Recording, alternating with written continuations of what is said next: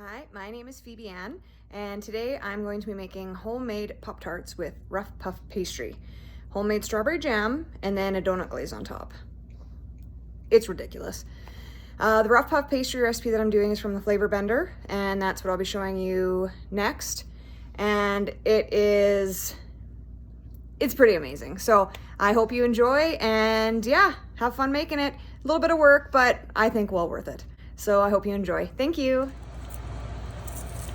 We do not want paper in the butter.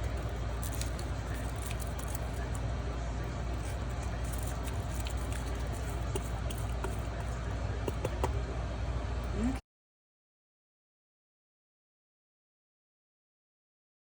This is the second batch of butter.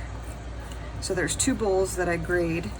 The first one has the 2.1 ounces, and I know it's a weird measurement, but that's the recipe. And then this is the second bowl, and it's 7 ounces.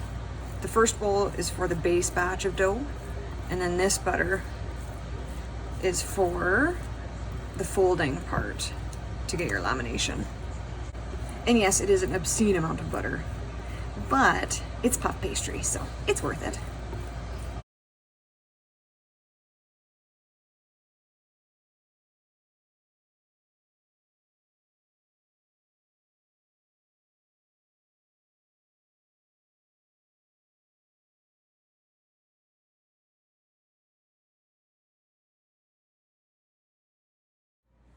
Okay, so I'm going to add the salt.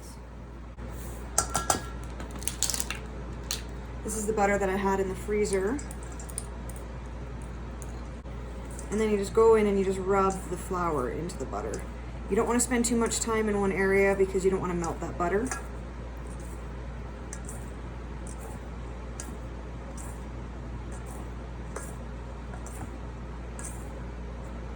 Okay.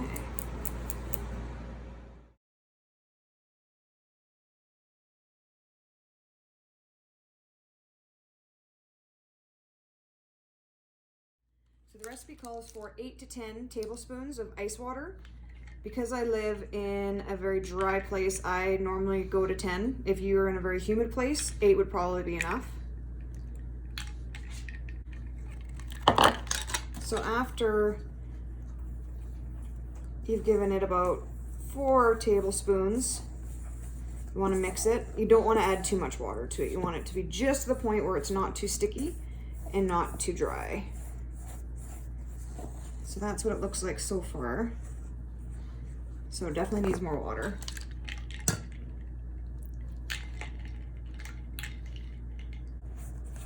See, it's starting to come together, but it's still not there.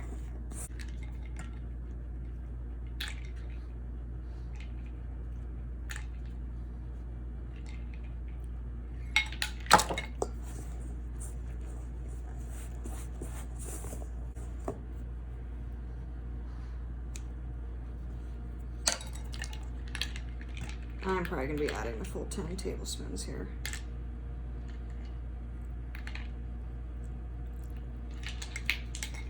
It's always good to measure though, just in case. You never know, it might be a humid day and it might come together a little better. Okay, so that's what it looks like now. I'm gonna get my hands in there. Can't feel it with the spoon. Should have used a clear bowl for this. Yeah, hindsight, hey? So now I'm at the point, I'm gonna take it out of the bowl and start kneading it. So you wanna make sure you have a well-floured surface.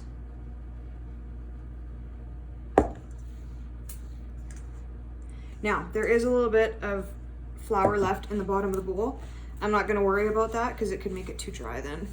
I'm just gonna work with what I have.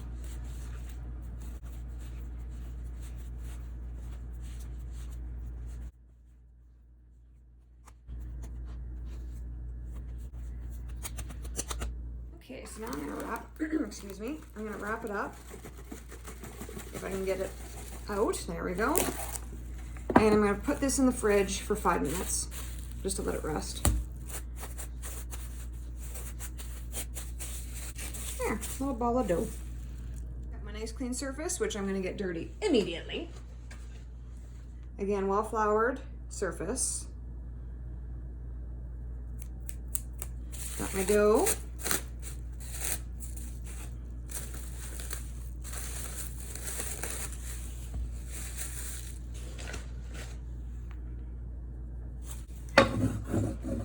Okay, so you really want to try to keep it in a rectangle. I'm not that good at this part.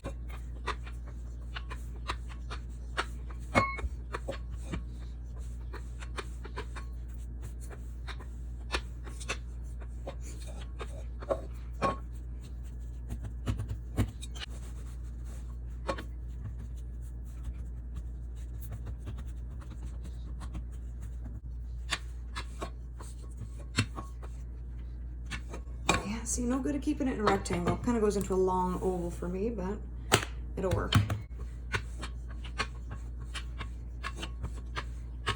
Okay, so that's about, I don't know, 1/4 of an inch thick. I'm really good at this talking thing. I'm gonna get the butter out of the freezer. We're gonna do 5 folds in here, so it's gonna give us lots of different layers in the dough. So what you do is you get this tiny amount of butter. So little, and you just put it on the bottom 2/3 of the dough. I'm not a professional chef. I'm not a pastry chef. I just really like cooking and I really like eating, so. Okay, so then you fold the non-buttered side over, and then buttered side over. Maybe a little neater than that. And I just kind of like to pinch the sides together just in case something escapes. This is if it was a perfect rectangle, they would cover those corners a little bit better, but.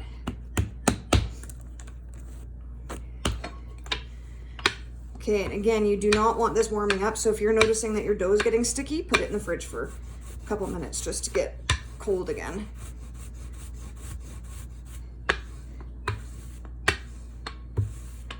Okay, so that was 1 turn. We're gonna do the same thing, 2/3, 2/3.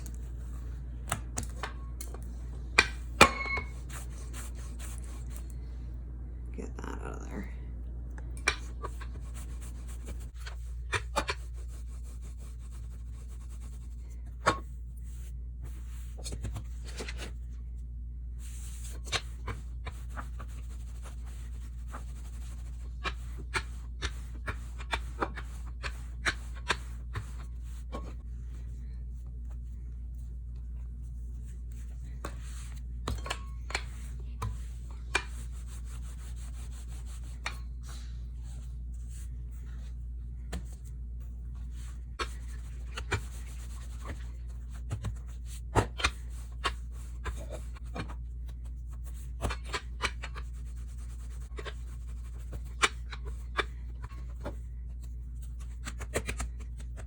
So I've done my 5th and final fold. It was starting to get a little warm near the end, but I knew I only had 1 more fold left, so I just said, I'm gonna do it. So now what I'm gonna do is I'm gonna wrap it up and I'm gonna put it in the fridge and rest it for at least 2 hours. You can rest it overnight if you want. I'm probably gonna be resting it for, I don't know, 3 hours. That's kind of what I do and it works out great.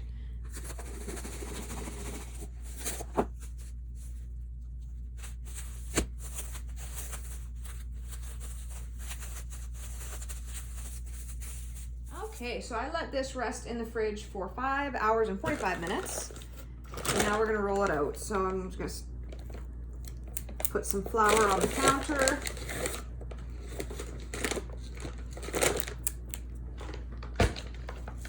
Got my rested dough.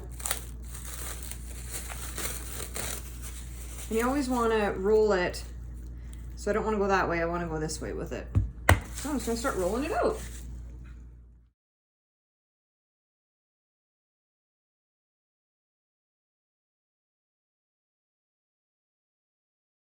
So it is now 1/4 of an inch thick around. So what I'm gonna do is I'm just gonna take a knife and I'm just gonna clean up the edges. Just because when you're making Pop-Tarts, you want it to be clean. And I don't know if you can see this, but there's layers in there. Oh, no, phone won't focus. Okay, anyway.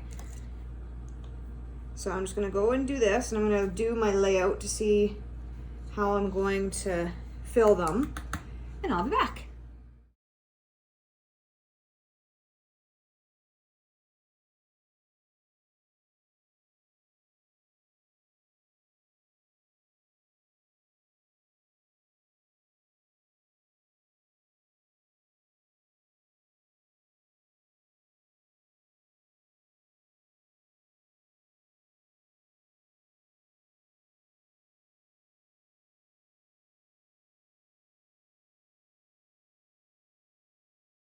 So now I'm going to put the strawberry jam, homemade strawberry jam, in the centers of all of them. I want to make sure I don't go too close to the edges because I don't want it to spit out too much in the oven. And then I'm going to put water on the edges. And then I think I'm going to crimp them just to make sure that it doesn't leak.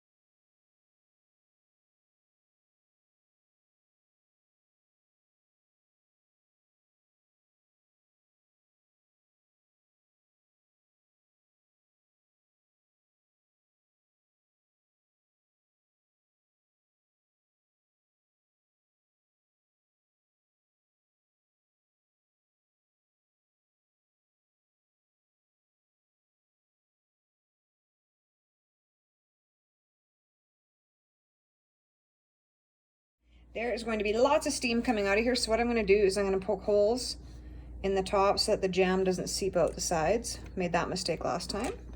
Still delicious, but I'd like to keep the jam inside. And then I'm going to brush it with an egg wash, and that just makes sure it gets nice and golden brown. And this is going to bake in a 400-degree oven until it's golden brown.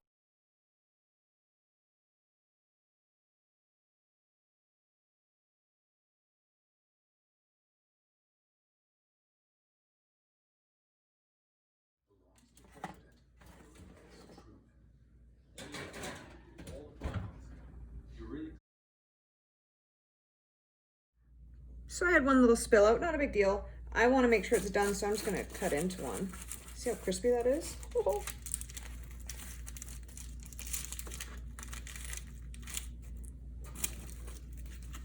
It's very hot, be careful. Yeah, see how it's a little bit translucent right there by the jam? It's not quite done.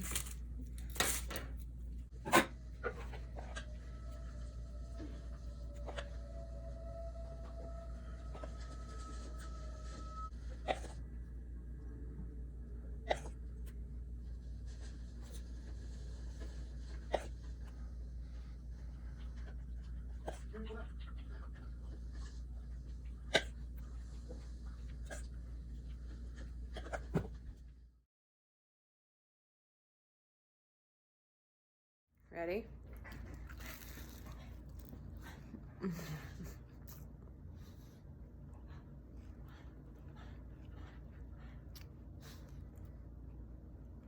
So good.